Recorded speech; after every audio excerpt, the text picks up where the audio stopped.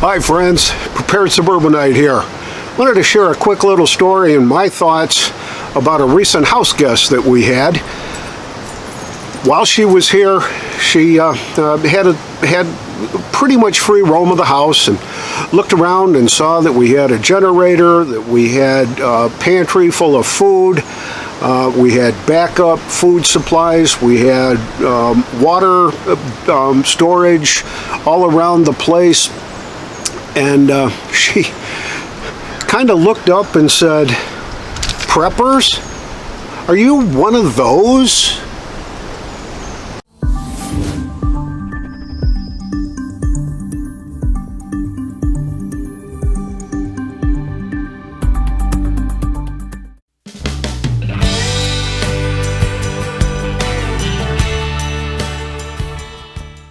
Well, because she was a guest, I didn't push the issue and said, "Yeah, we are," and tried to end the conversation there by actually changing the subject to something else. Can't even remember what it was right now.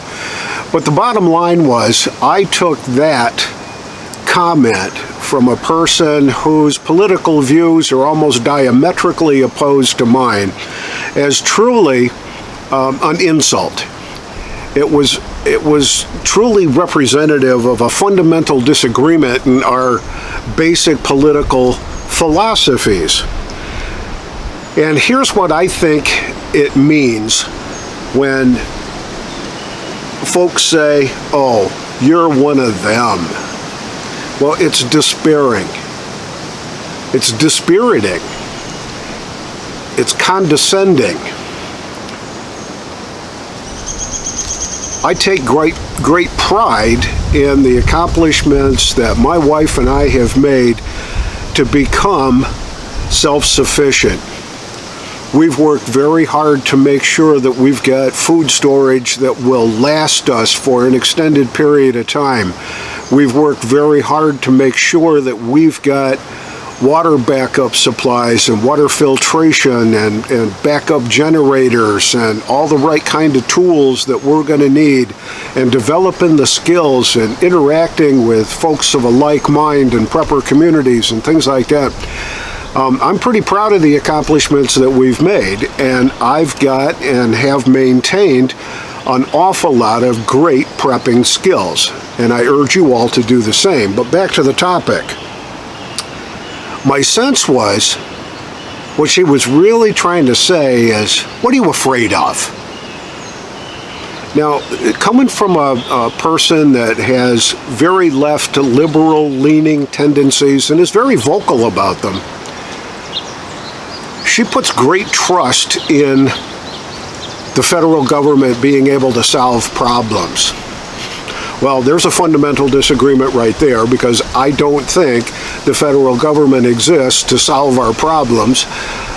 That's what self-sufficiency and personal responsibility are all about, and that's why I'm a prepper. But her point of view was very simple, that you must be afraid of something. And I've talked about this on another video. Is fear a proper motivation for a prepper? And I'll put a link up here wherever it goes, so that if you're interested, you can take a peek at that.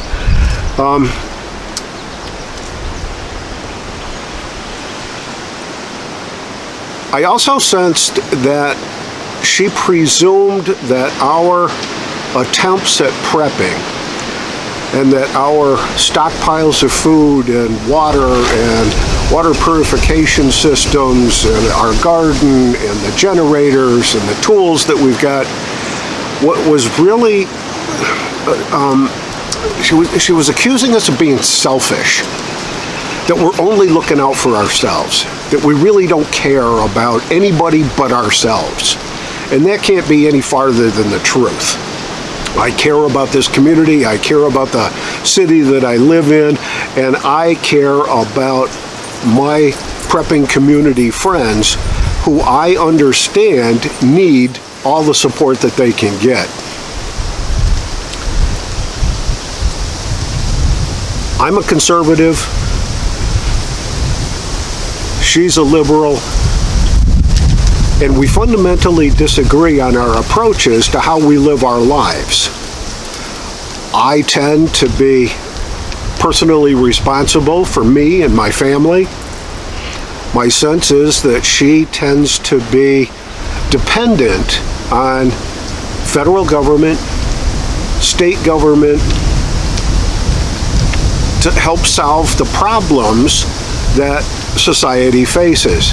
And yeah, I do believe that the federal and state governments do have a role to assist and help out and keep our country safe and secure and all those kinds of things. But when it comes down to solving individual problems, when the power goes out, when we have a natural disaster, if we're ever facing the real shit hits the fan kind of a situation, the federal and state governments are going to be the last place I'm going to look for help, because I'm not sure that they're really there to help me.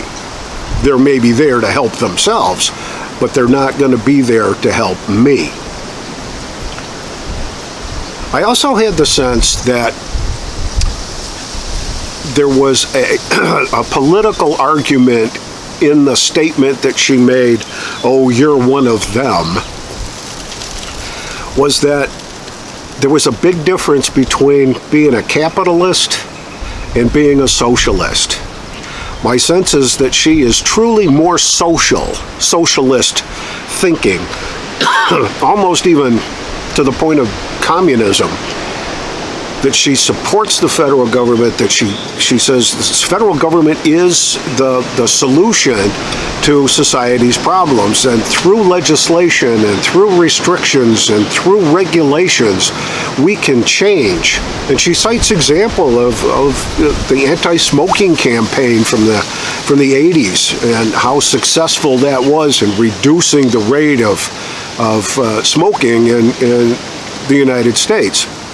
And that was a government initiative started by the Surgeon General, who said, hey, it's dangerous to smoke. There's a point there, and I do believe that the federal and state governments do have a role in maintaining safety and security and maybe even creating level playing grounds, things like that. But when it comes right down to the day when the S hits the fan, I'm not so sure that the federal government's going to be there. I remember what it was like watching the news with Katrina and how those failures just seemed to backfire on all the officials. And then you find out in the background that there were city and state officials that were taking advantage of the situation and skimming things off the top. And the same thing happened with Superstorm Sandy. Those kinds of weird things that happen, and that the folks that really needed the help, some got it, but an awful lot really never got the help that they needed. And then when they did get the help that they needed, all of a sudden, like 6 months later, they started getting letters in the mail from FEMA saying, okay, well, now it's time to pay us back. And people didn't expect that because they didn't understand what the role of the federal government was in certain aspects of the assistance that was provided to the victims of those natural disasters.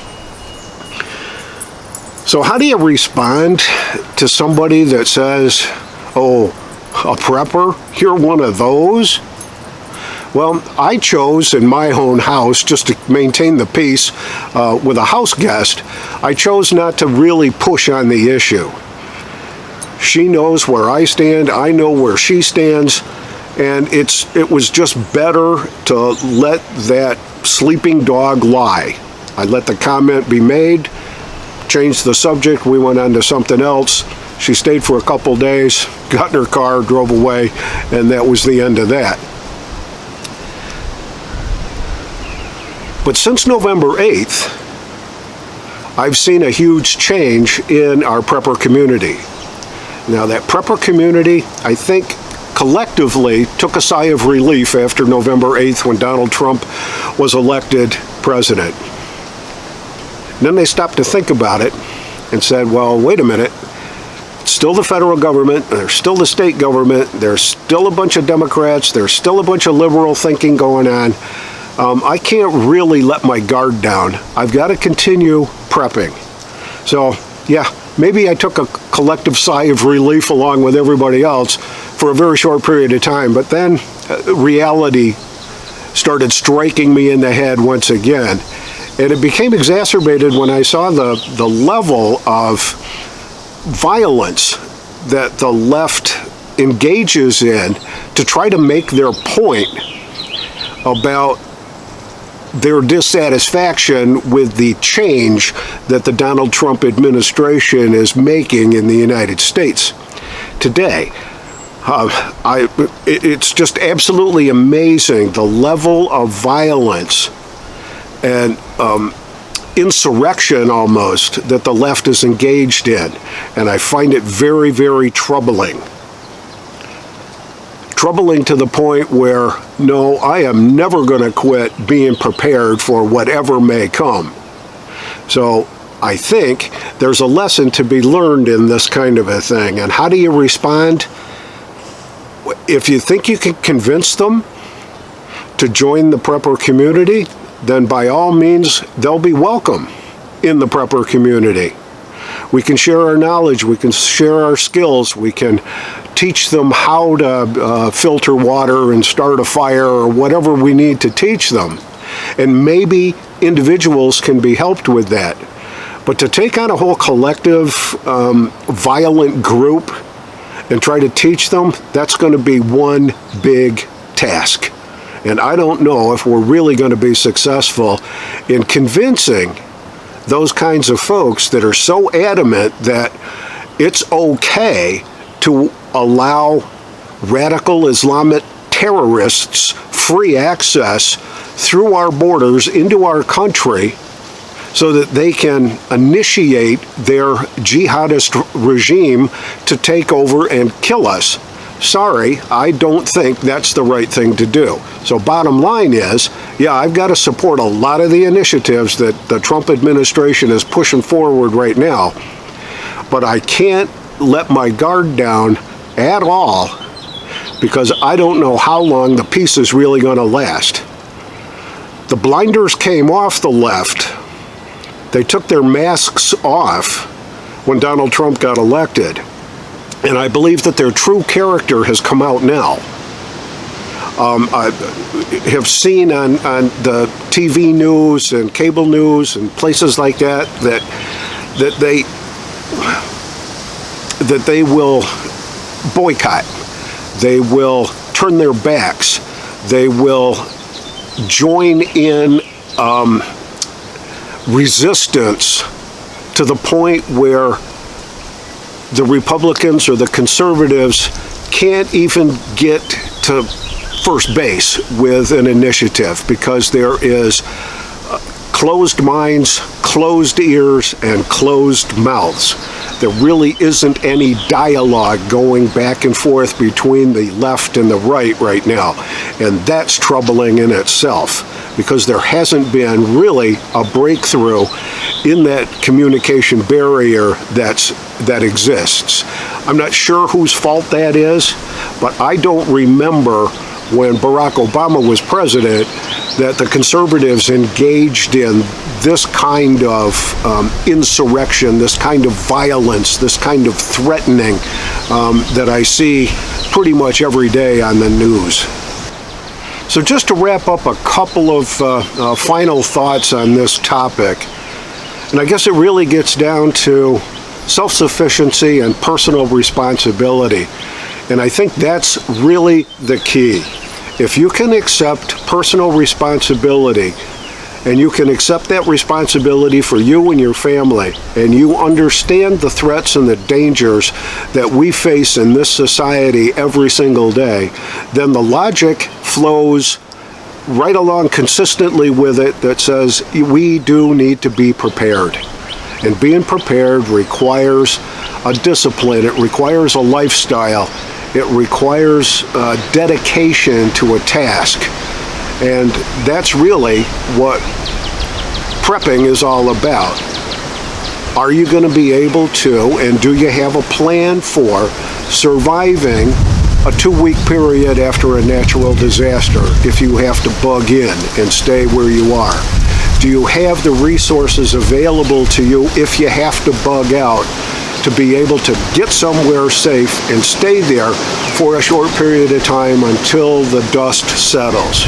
Or if it's a long-term kind of a shit hits the fan situation, do you have the resources and the skills and the knowledge base to be able to survive and then thrive in a new world environment after the S hits the fan? This is the Prepared Suburbanite reminding you to be prepared always, and I'm out for now.